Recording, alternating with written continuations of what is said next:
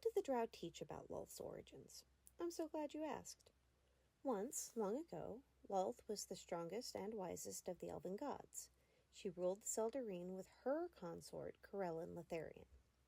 The elves had been on the material plane for centuries, building communities and cities. And as they watched, new species began to evolve and rise to power.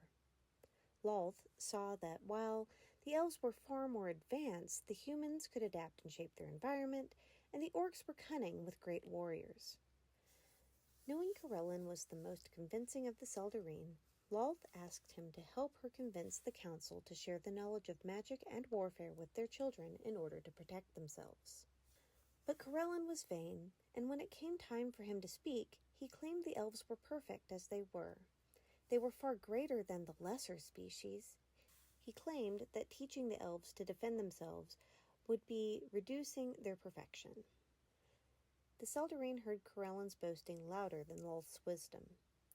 Disgusted at their short-sightedness, Lolth began to visit her children under the crescent moon where Sehanine couldn't see.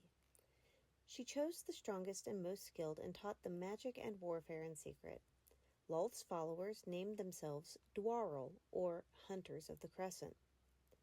And then war did come to the elves, as the new species started to expand. The Dwarrel knew how to fight and defend, and so, thanks to Lolth's wisdom and guidance, the elves triumphed. When the Seldarine wondered how the elves had learned such things, Corellin boasted that it was he who had taught them. He was celebrated by the foolish Seldarine for this. But what followers know, the gods know, and they eventually learned that Lolth had been teaching in secret. The Dwarrel refused to claim Corellin as patron and rose up against those who defended the rest of the Seldarine. Confounded by how to tell the traitors from the loyalists, Hanali Selenil, the weakest of the pantheon, stepped forward and declared, "We shall solve this problem by marking those who are not loyal.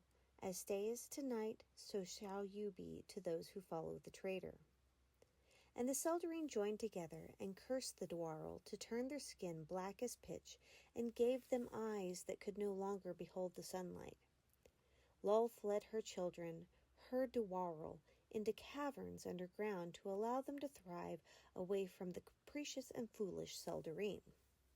And if you think that's the final Lolth myth, you're wrong. There's one more. And it's really stupid.